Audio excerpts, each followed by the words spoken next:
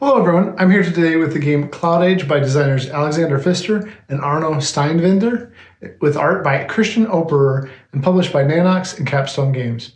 Cloudage is a narrative campaign or scenario game set in a post-apocalyptic wasteland where water is an invaluable resource. You will construct a deck of cards in order to navigate the board, fight the baddies of the cult Cloud, win resources to upgrade your silent airship, and also for movement and combat, and use your drone to access resources or upgrades. Upgrades will either come from project cards or the built-in upgrades that every player has access to in the game. In any case, you're going to be mashing together deck building, engine building, and resource management as you engage this theme of a futuristic post-apocalyptic world while making a search for more efficiency. Let's take a look at how to play, and then I'll tell you about what I think about the game. In the game, you're going to follow the instructions for the setup for the campaign or scenario you are in. There are a couple of different introductory campaigns, basically, and an easier scenario if you haven't played this type of game before. If you really feel like you want to skip the first couple or go right to something more meatier, you can skip scenario 1, for instance, and go right into scenario 2 or 3, depending on how comfortable you are with this type of game. So set up the game boards. In this case, I've set up 1A, 2A, 3A, and 4A because I've set up for a 1 to 3 player game.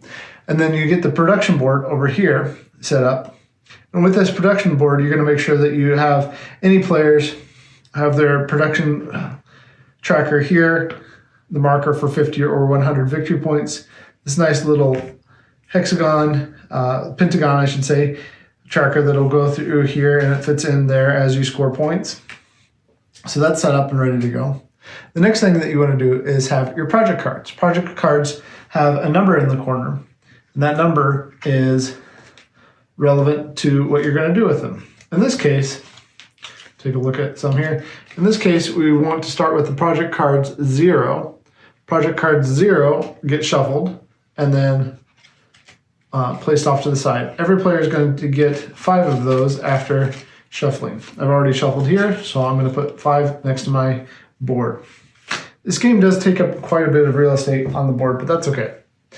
From a general supply, you're going to have water and metal. With that water and metal, you will make sure everybody has 2 of each of those resources. You're also going to make sure that everybody takes their individual energy token on their airship board that should be now in front of them and put it on the 2 marker. So 2 water, 2 metal, 2 energy. Also, for the first game and the learning game, you're going to make sure that these upgrades are up here for combat and these upgrades are here for movement.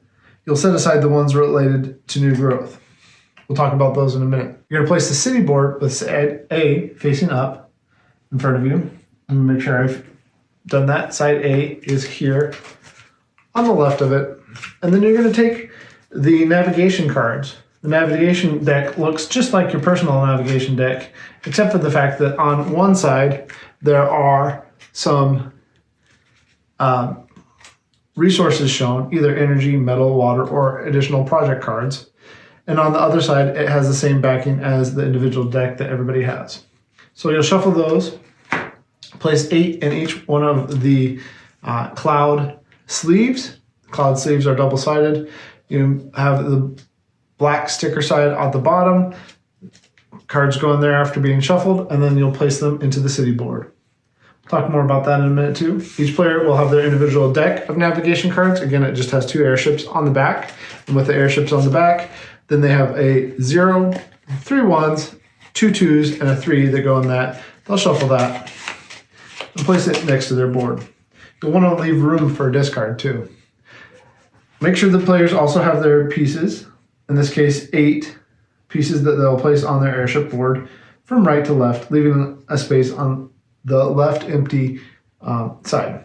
I usually, when I'm doing the one that only has 7, I take my other one and use it to keep track of my solar panel that everybody has, whether I've used in movement or in energy. You'll also have a first player token. The first player token is going to go to the person who most recently bought a plant.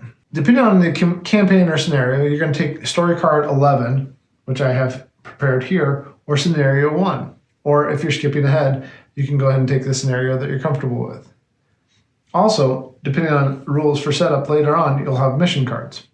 If you're playing with this scenario, we'll need these mission cards too. There's a reminder of what the different types of resources are and what they look like on these navigation cards that you're going to get from the city board. Let's go ahead and talk about that city board as we get to gameplay. The city board will actually be the last thing you're going to do because you're always going to be doing three things, three phases. There's the production phase, and that's shown here on your board. During the production phase, you're going to check and see if the book is ever happening, the book event. And when the book event happens, it's because there's empty spaces to the left of the book, and to the right, there is one of the tracking cubes. When that happens, you'll do what the chapter or scenario card says. In this case, for this chapter, you would spend 2 water to get 2 victory points. In this case, you get a mission card, and afterwards flip the scenario card over. From that point on, there's a new book event where you either get a project card or an energy. So don't forget about those. Those are very important. Also, if you are at a point where when you took one of these off and it shows a bonus, you would get that. The next thing is you're going to pay attention to your production over here.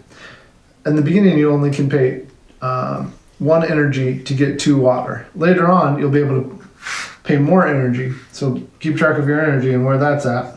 In this case, if I was here, I could pay 4 energy, get 5 water, and 4 victory points. I can always pay less, of course, without moving my production marker backwards. I could pay 3 energy, get 5 water, and 2 victory points instead. It's never required to pay the full amount if you don't want to. You can save that energy for something else. I forgot to mention, but should say it now, everybody's airship marker should be on the board, ready to go. Because the next thing that's going to happen after production is everyone's going to draw 2 cards from that previously shuffled navigation deck. In this case, I got a 2 and a 3. As I look at those, I'm going to use the higher value and the lower value in different ways during the movement phase. That's shown here. So the lower value I can use for either energy, I could bump it up for 2 energy, or I could decide to take 2 more project cards into hand. Remember, I start with 5. The higher value card, I'm going to take that, and that's used for my movement. Remember, it's at this point that I have to decide whether I want an additional 2 energy or I want an additional movement. If I take the additional movement, I would take my card here that was my higher value, the 3, and I have 1 here to give me a total of 4 movement. So I could go 1, 2, 3, 4. And I would end up in this city, this unnamed city. Why would I want to do that? Or we'll talk about that in a second. But be aware that anytime you pass through one of these spaces with a resource like these cards or the medal or maybe victory points, when you find those, you get that. However, the reason I couldn't do that this time was that there are 2 small arrows that are a little bit hard to see unless you're looking closely. And that means to move into that space, it would cost me 2 extra. 1, 2, 3, 4. Well, why can't I do that? Every turn I have to end on a city space. So in order to do that, I would have had to have 5 movement because I would need to go 1, 2, 3, 4, which would leave me stuck there. And there's my 5th movement. How can I get additional movement? Well, through upgrades and project cards. Project cards come in 3 types. We've done our production phase, looking for the book, and then we've done production with water, and then we flipped over cards. Now we're in movement. As we get to movement, how would I defeat this cloud cult that's in this city harassing people so that I can get the 4 water that's here? In order to get that 4 water, I need to have a combat strength of 3 or greater. Right now, my combat strength is 0. So I'd have to use an energy to flip over a card, giving me a combat strength of 2. Every card after that, though, is going to cost me 2 energy. Now I've equaled with my 2 plus 1 to 3. So I've defeated the cult in this city, and I get my 4 water from the supply. That's how combat is done. Once I've done that, to resolve the end of my turn, I will take one of my cubes off of my board, place it in the city to show that I can't do combat there again. Even if I am unsuccessful at combat, I'm going to place one of my cubes there to show that I've been there already and that I can't go back. There are ways later in the game to take those cubes off and return to those cities. Keep that in mind. But at the beginning, you're just going to be leaving those cubes there.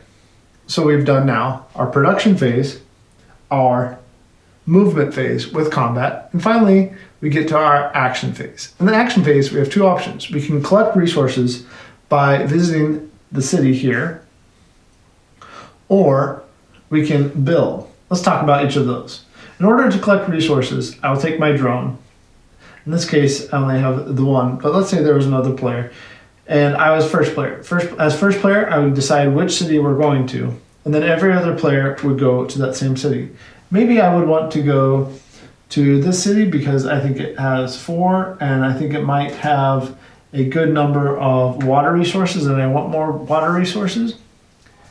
I would take the 4, and if it showed a symbol like this, hexagon, I would immediately get an additional thing of water in the first 2 chapters of the campaign and in the first scenario. From there on out, it counts for new growth. But this card doesn't have that. It just has 4. And the reason that this is important is once I'm done with distributing the resources, so maybe another player got metal, they would get their 1 metal. Another player got 2 cards, they would get that. And another player got 1 energy.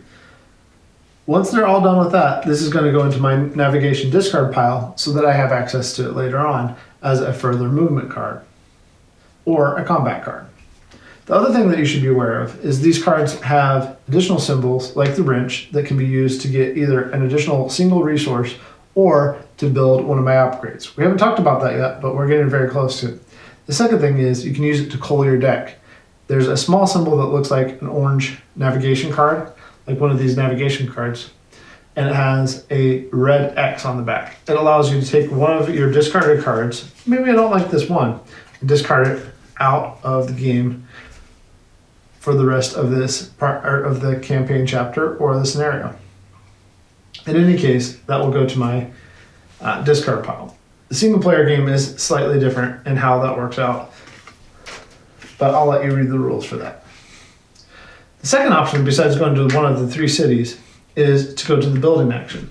If I'm the first player and I go to the building action, everybody's going to benefit from that, but I get 2 building actions. I can either build one of my upgrades that I could afford. Let's say I want to make sure I have plenty of combat. This one costs 2 metal. I simply pay the 2 metal, flip that over. Now I have a built-in 1 combat.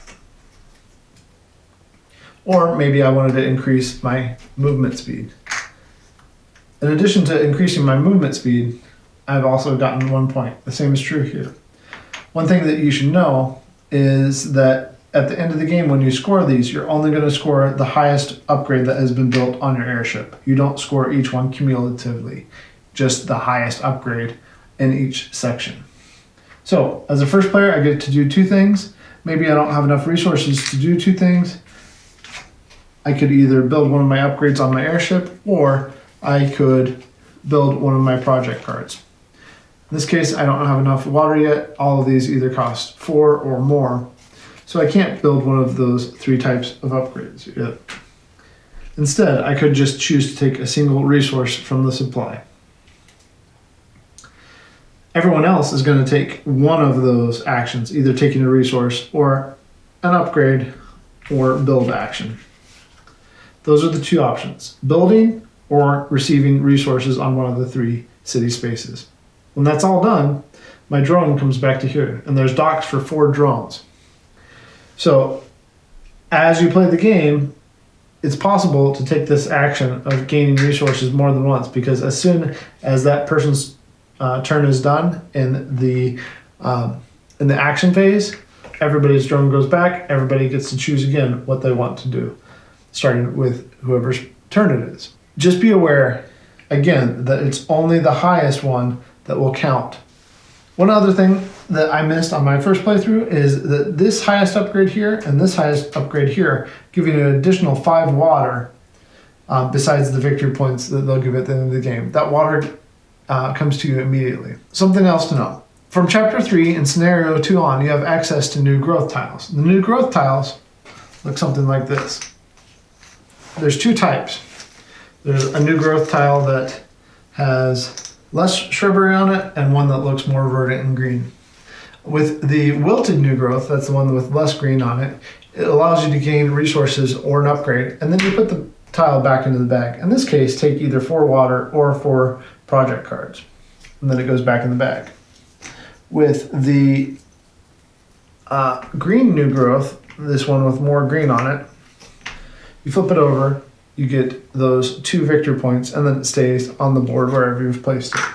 In addition, if you were to place it somewhere where there is already a found resource, you would get those 2 resources, or whatever they are. The rule with that is, while placing it, it has to be adjacent to your airship. The space has to be empty, and it can't be part of a city. So there can't be another airship there. It can't be full of someone else's tile. It can't be full of something else like that. It has to be the first tile that goes there. Let's talk about mission cards too. Mission cards start happening in scenario 2 or scenario 1 or chapter 2. If you ever get a second one of these, you will overlap them in such a way that you can only use 3. You can do it like that, or flip it around so it's like that. But basically, you're only going to be able to access 3 of them. In the case that you get a third, you're only going to have access to 4 of the missions. You're never going to have all of the missions on these cards to get additional points. That's basically what they're for.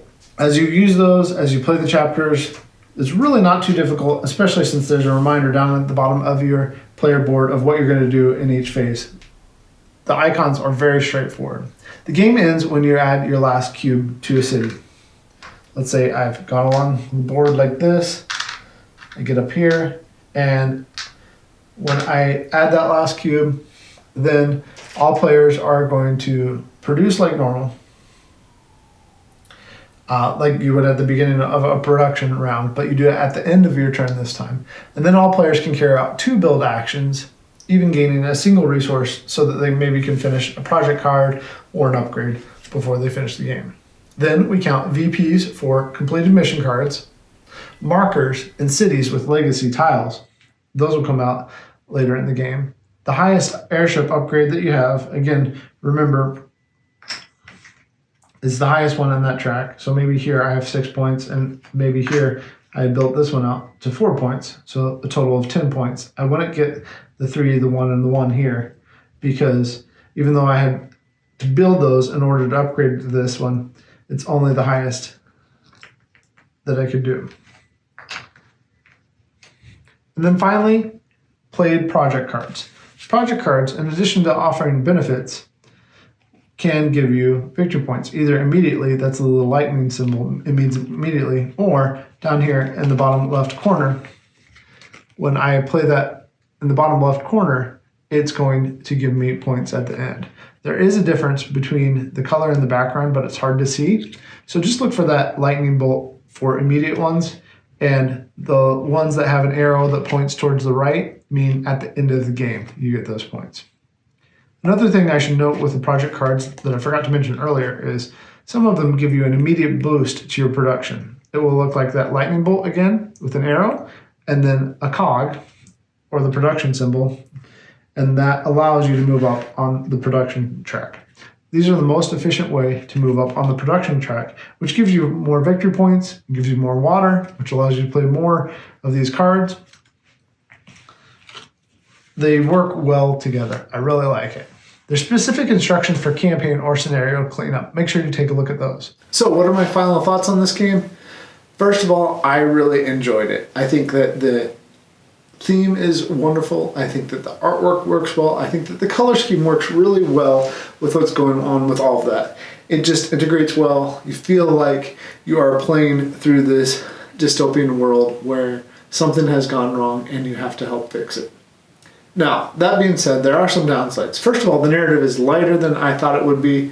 It's a little bit more direct in what it's expecting you to do. Even though there appear to be some forks in the path, it seems as if even if you make a certain choice, you're still directed down one path. Like when you read some of those choose your own books where even if you made a certain choice, if you actually wanted to finish the adventure, you had to make one type of choice. It's not quite that dramatic, but it feels similar in that the game progresses in a certain way. There's not a true narrative fork where you get to make different choices and take the campaign in different ways. It is a campaign game. It is not a legacy game. I don't know if it would have been improved by being a legacy game, though. I just wanted a little bit more meat to the narrative. Second, the rulebook is a little bit squishy to me. I know that's a vague, ambiguous term, but it just didn't seem as straightforward as it could be.